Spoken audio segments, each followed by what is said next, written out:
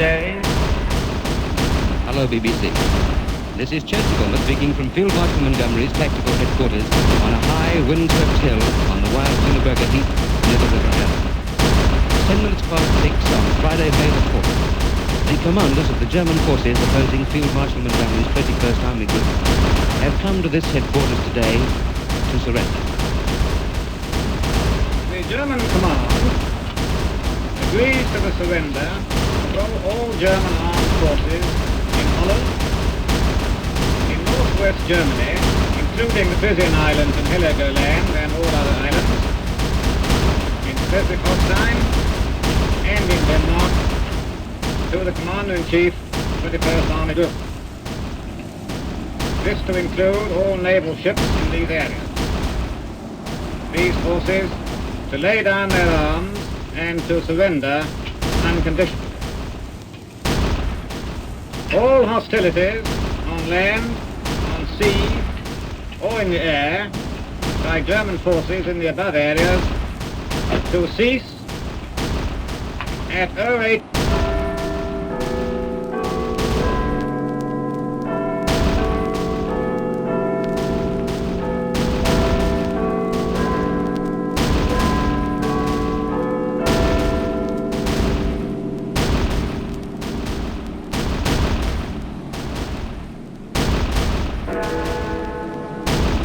This is the BBC Home Service. We're interrupting programs to make the following announcement. It is understood that in accordance with arrangements between the three great powers, an official announcement will be broadcast by the Prime Minister at 3 o'clock tomorrow, Tuesday afternoon, the 8th of May.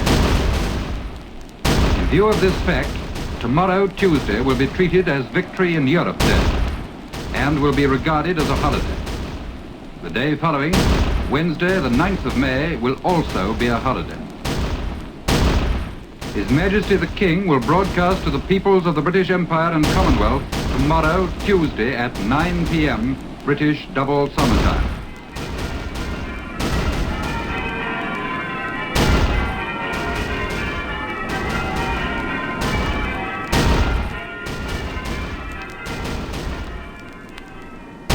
The National Broadcasting Company delays the start of all its programs to bring you a special bulletin. It was announced in San Francisco half an hour ago by a high American official not identified as saying that Germany has surrendered unconditionally to the Allies, no strings attached, and that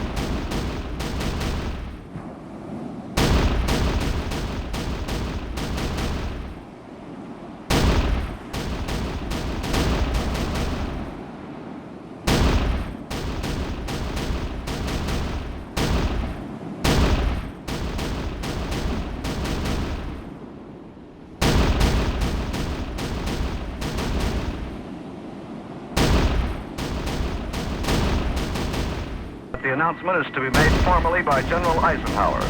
I'll repeat that. The formal announcement has not yet been made, but the official says that Germany has surrendered unconditionally to America, Britain, and Russia.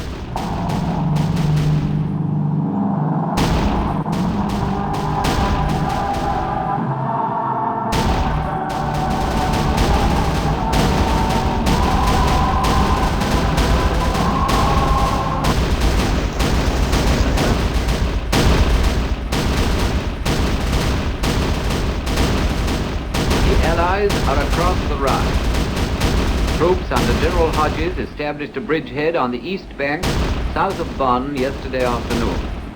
A Reuters report from the 1st American Army says that the crossing was made at Remagen, which is about 25 miles south of Cologne between Bonn and Koblenz. Hello, BBC. This is Chester Bulmer speaking from Field Marshal Montgomery's headquarters. The German bridgehead west of the Rhine, opposite Basel, has been wiped out.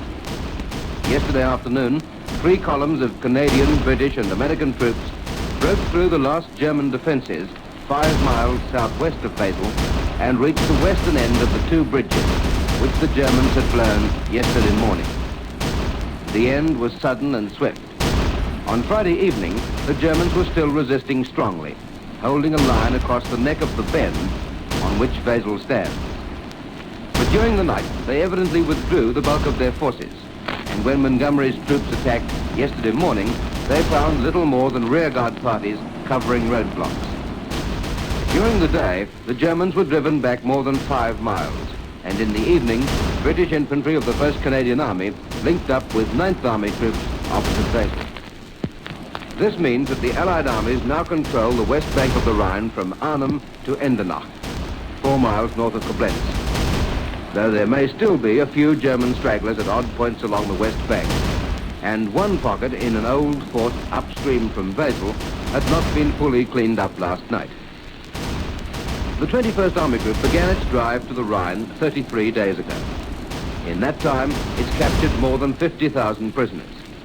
Of these, 29,000 have been taken by the 9th Army and 21,000 by the British and Canadians. In that time, Montgomery's forces have driven the Germans back between 12 and 25 miles along a 60-mile run. Here's Richard Sharp, recording in Fort Dufferin. We're waiting here for a ceremonial flag raising. In front of me is a square of troops representing all the troops who took Fort Dufferin yesterday, and indeed the whole of 19th Division who made this. The Rhine lies left and right across our path below us, shining in the sunlight, wide and with sweeping curves. And the whole of this mighty airborne army is now crossing and filling the whole sky. Down there is the smoke of battle. There is the smoke screen laid by the army, lying right across the far bank of the river. Dense clouds of brown and grey smoke coming up. And now our skipper's talking to the glider pilot.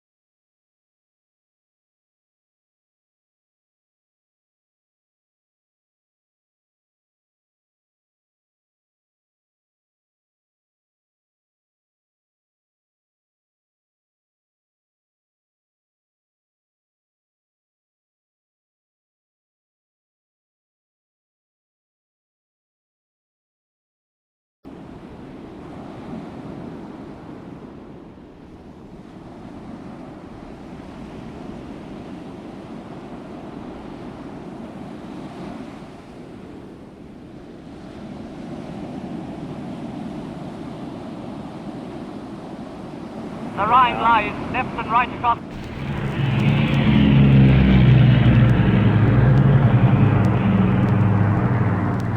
The battle order, the schedule of operations for this great airborne landing in Germany, took up a score of pages of typewritten foolscap, with appendices and charts and timetables and maps.